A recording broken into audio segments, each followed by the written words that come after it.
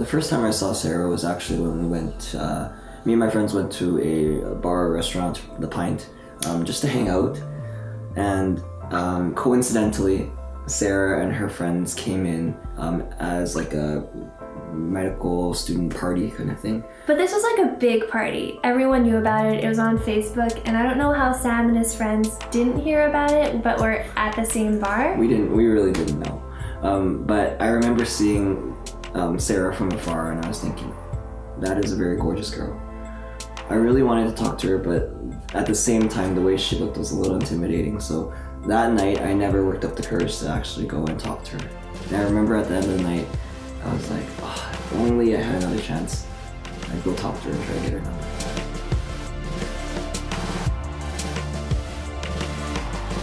What ended up happening about a week later was there was another medical student event at a professor's acreage, and I went there kind of just to hang out, to meet some new people, and lo and behold, Sarah came as well.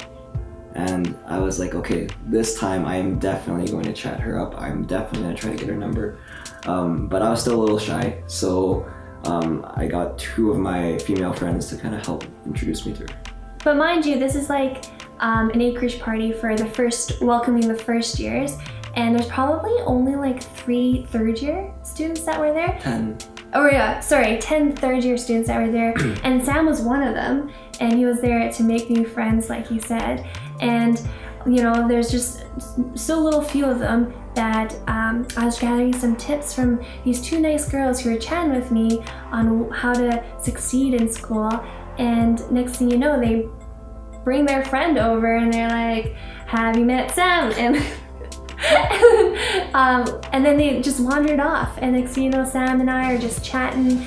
We spent the rest of the day together, and it was really nice, and I had a really good time.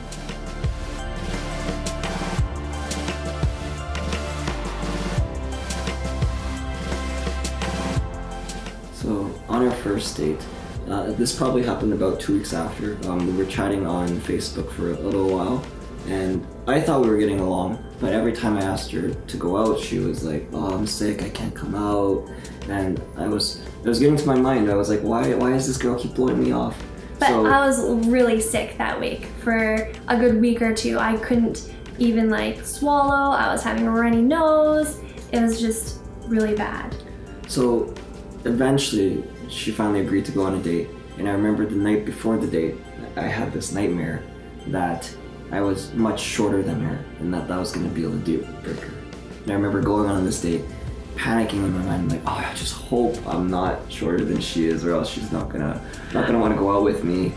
And then we finally did meet up, and I remember the first thing I did was just making sure that we're at least the same height. And thankfully, I was a little bit taller. Oh gosh. And then our first restaurant together is Famoso, and that's actually ended up being one of my favorite restaurants up until now, because it's one of our first dates.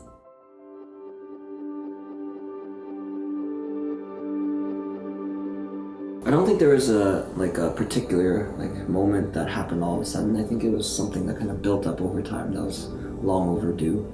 It's just the way we were with each other, the way we interacted, how we shared the same values, think similarly, and kind of enjoy the same things.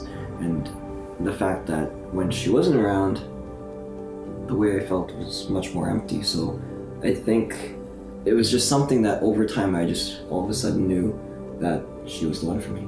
And I agree with Sam. I don't think there's one moment where I knew that Sam was going to be the guy to spend the rest of my life with. I think it just occurred so naturally, and time went by so fast. It was just, we enjoyed having so much fun, doing so many different activities, and next thing you know, we've been together for numerous years, and it just only made sense that this is because we're perfect for each other, because we fit each other so well. And yeah, and I knew that there wasn't anyone else for me. I mean, I already found the one I want, and I was really happy.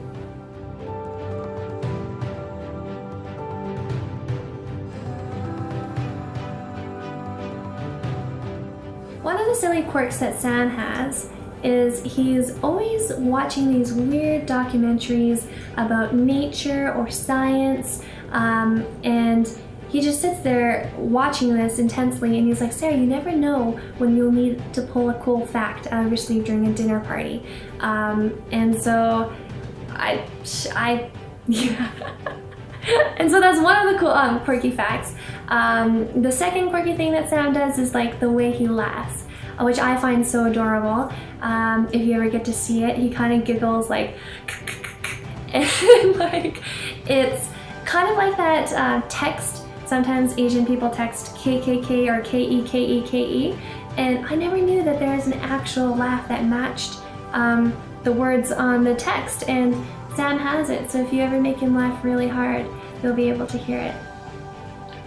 Quirks about Sarah. So Sarah's really blunt and sarcastic, so she has a sense of humor that not everybody enjoys. I think I've gotten used to loving it.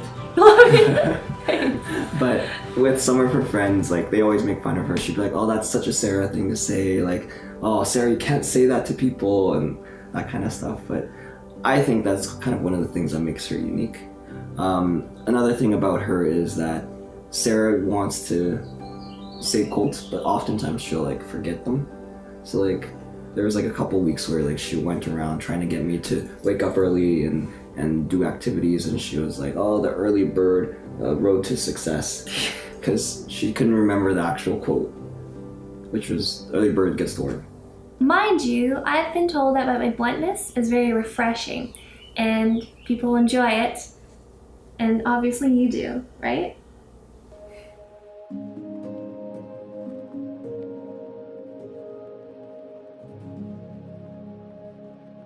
Who said I love you first? You did. I think technically you did.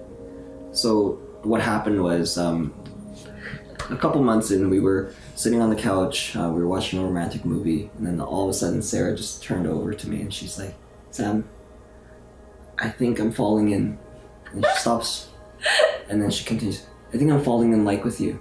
And I'm pretty sure it was because she wanted to say I was falling in love with you, but we were watching a lot of different movies that were like, oh, you can't say I love you too early, so she was a little bit embarrassed to say that. I knew at that point that I really wanted to say it back to her too, but I just couldn't resist kind of just bugging her a little. So for like the next month after, I would every so often just look at her and I'd be like, oh, Sarah, I think I'm falling in like with you. And I think it was at around Christmas time that I officially told her that I loved her. And that was like our cute little thing, you know? I was saying I really like you. Really, really, really like you, instead of using that big L word. But around Christmas time, he gave me this Christmas card that had this great little poem on it, and at the very bottom it said, I love you. And he covered love up and he wrote, I really, really like you. And he told me that I can take that sticky tab off, and it revealed the words I love you underneath, and he told me he loved me. And so technically, even though I was really close to saying it, he's the one that officially first said it.